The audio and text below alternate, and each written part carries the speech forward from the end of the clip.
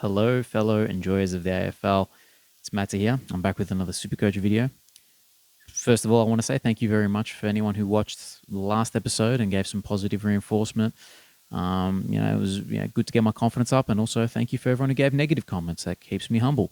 So we're going to go straight into it. And the opening round did affect my team. So this is my team that I presented last week. And I just thought I'd start with that and then show you where the changes have been made.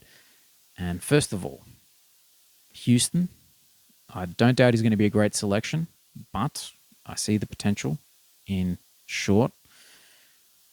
So he comes into the team.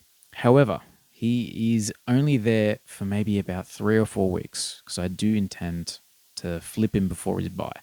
And I'm willing to take that risk because why not? I've come directly from playing NBL Supercoach earlier on in the year, where it's just trade and keep the fixtures looking good.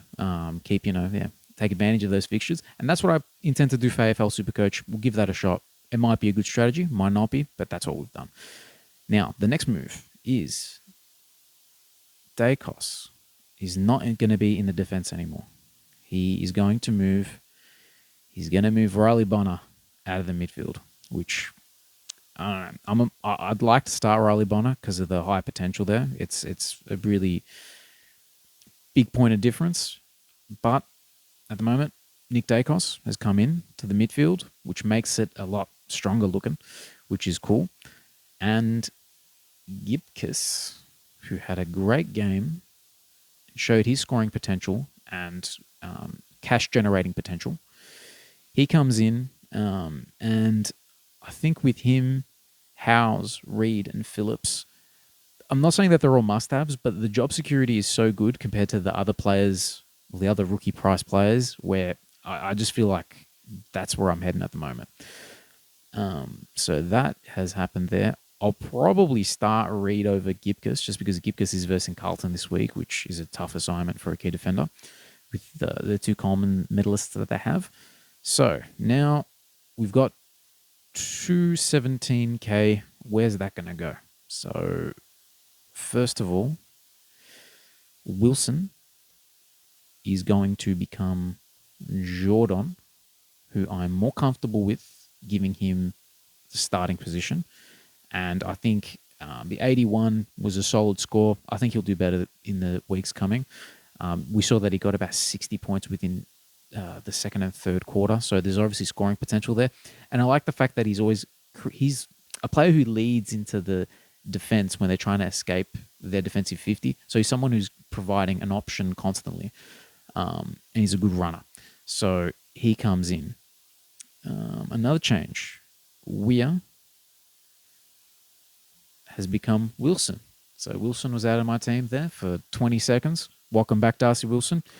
It gives me a little bit more versatility in the team, much like Dacos being in that position there, provides me some versatility.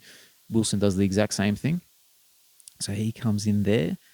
The other moves that we've made, Harvey Thomas, he showed something. He looked okay, but I don't think his job security is there. Darcy Jones is someone that they really talked up during the preseason, and if he comes in the next round or two, Harvey Thomas is the first one out because Brett Daniels is not going out. Toby Bedford's not going out. All right, so now this position for the moment is Seth.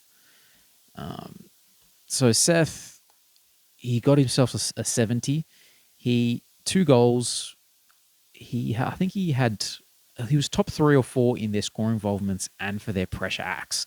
For a team who's young, not playing particularly well, he's got that to hang his hat on for his job security. My only concern with him is Sonzi is going to come back and Mantle's going to come back, and they're vying for a similar position. But for now, we have Campbell. Campbell could get traded to, say, a Carroll, perhaps, if Campbell loses his spot and Wilson can come back to the forward line. But this is what we got for the moment. Campbell, if he stays there, he could be a decent cash generator and a quick one because he's played the opening round as well. So he's in there. And that basically completes the team. Yeah, that's all the changes. So it wasn't too many changes, but it did change the structure of my team. All right. So I'm going to hit save on that. And I'm going to explain some plans that I have with trades. So Heaney, who's remained in my team, will get changed, will get traded to Flanders. Oh, I think I'm going to have to zoom this out a little bit so we can get the full screen in. Heaney will become Flanders. And after Flanders' bye. So my idea this year is to try to mitigate the amount of early buy round players, and hopefully that might bump me up maybe 30 or 40 points. It's just something that's worth a try just to have a bit of a point of difference in the team. So yeah, so the only players who I'll keep throughout their buys will be Grundy and Dacos, unless something crazy happens. And then Shorts, who I explained, I think I said it earlier that he would be in my team for maybe 4 or 5 weeks, if that. He will probably get traded to either Whitfield, depending on buy structure. Whitfield, perhaps because Dacos is in the midfield, I can move him back to the defense and I can get a Took Miller. We know Took Miller's scoring potential. If I have the cash, if Short goes up enough and Tom Green doesn't, his price doesn't soar up too much, maybe I can go Short to Green. Not too sure after his buy, but basically I'm aiming for either a Gold Coast or a GWS player. Maybe a Brisbane guy might jump and get my attention. Maybe Walsh comes in early and looks good straight away. I don't think so, but anyway, I'll give myself that option. Yeah, so that's the plan. Let me know what you think. Do you prefer my last week's team or do you prefer this one? I'm not sure what I prefer, to be honest with you.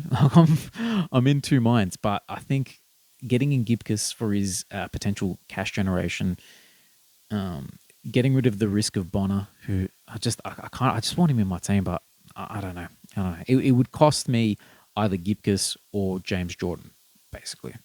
So yeah. Anyway, I'd like to hear you guys' thoughts. Who do you think's better, Bonner, Gibcus, Jordan? How do you rank those guys as selections? Obviously, very different players, different positions, different reasons for being in the team. But yeah, I really don't know what I'm going to do there. And while we're at it, let's set up some emergencies and whatnot. So Gibcus, emergency. Roberts, emergency. Naismith could potentially become Colin Livingston if he doesn't get named. And Cadman here. But yeah, I like the scoring potential of all the fielded players right now. But yeah, anyway, this is what I've changed. Yeah, let me know. Thank you very much if you've gotten through my mumbling. And good luck for your season. Let me know if you need any advice, if you have any advice for me. Otherwise, have a great Supercoach season. All the very best and enjoy the weekend. See you later.